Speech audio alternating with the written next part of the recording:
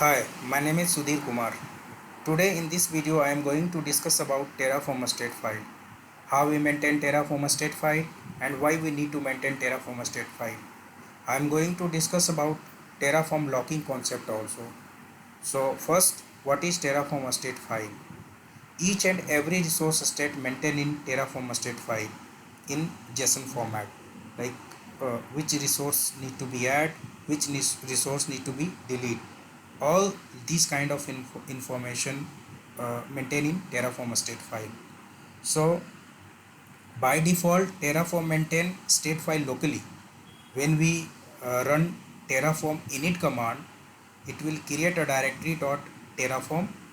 There is a file terraform tf state. This is the state file. It keeps all the information about the resources. It maintains the state of the resources in this file. In a real time, we need to maintain state file remotely. Why we need to maintain a state file remotely? Let's suppose multiple developers working on the same project, sharing same file. In that case, we need to maintain state file remotely. So to configure, just refer the Terraform document, Terraform S3 backend, and this is the code. Just grab this code. I have already copy and paste. Backend S3, bucket name, bucket must be available there, and versioning must enable on bucket level. Why we need to enable versioning on S3 bucket? Let's suppose if we want previous configuration, previous version, then we need to pull and just use that. So for that we need to enable versioning. Encryption must be enabled on S3 bucket.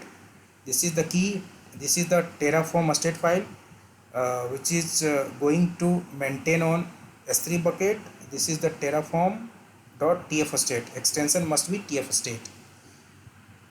This is the region, and this is the DynamoDB table. And why we need to use DynamoDB table? For locking concept. What it does, let's suppose developer A try to add some resources. In that moment, in that time and period, this is not going to allow other developer to add any resources. So this is the locking concept. So let's run Terraform. So DynamoDB, you will get the DynamoDB table on the same page of this document. Just check on the bottom. This is the DynamoDB table, and the primary key is lock ID. So I have already created DynamoDB table with the primary key lock ID, and just apply Terraform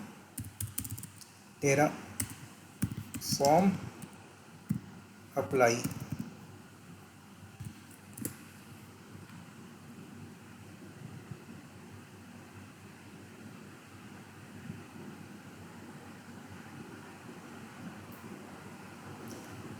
I have already initialized the state file previously.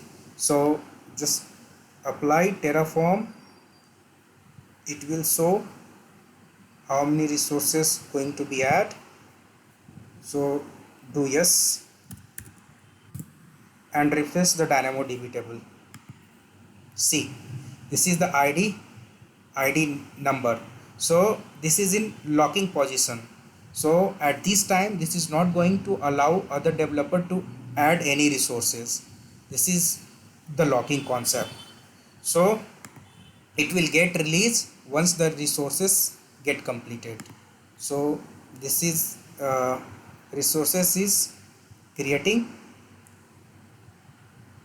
So meanwhile, I am going to pause the video. So resources has been created. So just refresh the DynamoDB table. Yes, this got released. So this is the locking concept. This is the state file, and so in next video I will explain all the feature, why we use data source, when we need to use dev.tf vars, why we use local.tf. Each and every feature I will explain separately in the next video. Thank you.